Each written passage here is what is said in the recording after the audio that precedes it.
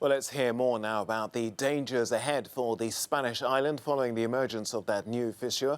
Karen Fontaine is Associate Professor in Volcanology and she joins us from Brussels. Thanks for taking time to speak to us here. While authorities are warning of increased dangers for residents, what are you expecting to happen?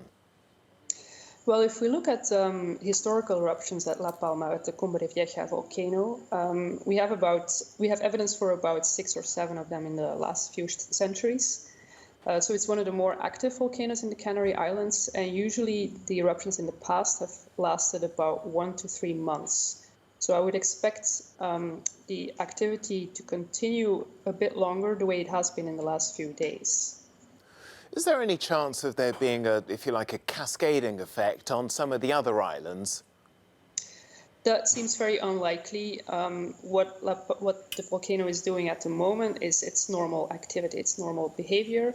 As I mentioned, it's one of the more active ones in the Canary Islands, and also in the past there has not really been a knock-on effect on the other islands. So we would not really expect that. It's very normal activity for this kind of volcano. Okay. Now, as authorities, warning of the dangers of the rivers of lava, coming down from this mountain, do they have any other option other than sitting back and watching and taking shelter? Well, yeah, people have to stay away from the lava flows, certainly. And the Spanish colleagues are really doing making a lot of effort to monitor the situation very carefully. The monitoring capacity on the islands, not only at La Palma, but also the other ones, has really increased in recent years, over the last decade or so, in terms of instruments that are being installed, but also in terms of staff members. So there's a whole team right now that is really carefully monitoring the situation and who will provide regular updates as the situation evolves.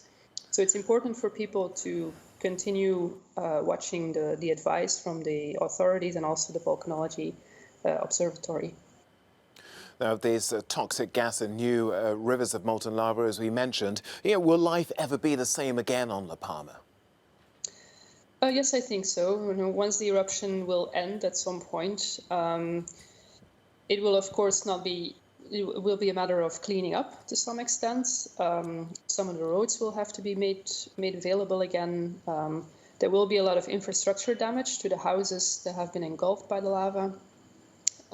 But slowly but steadily, nature will also start coming back.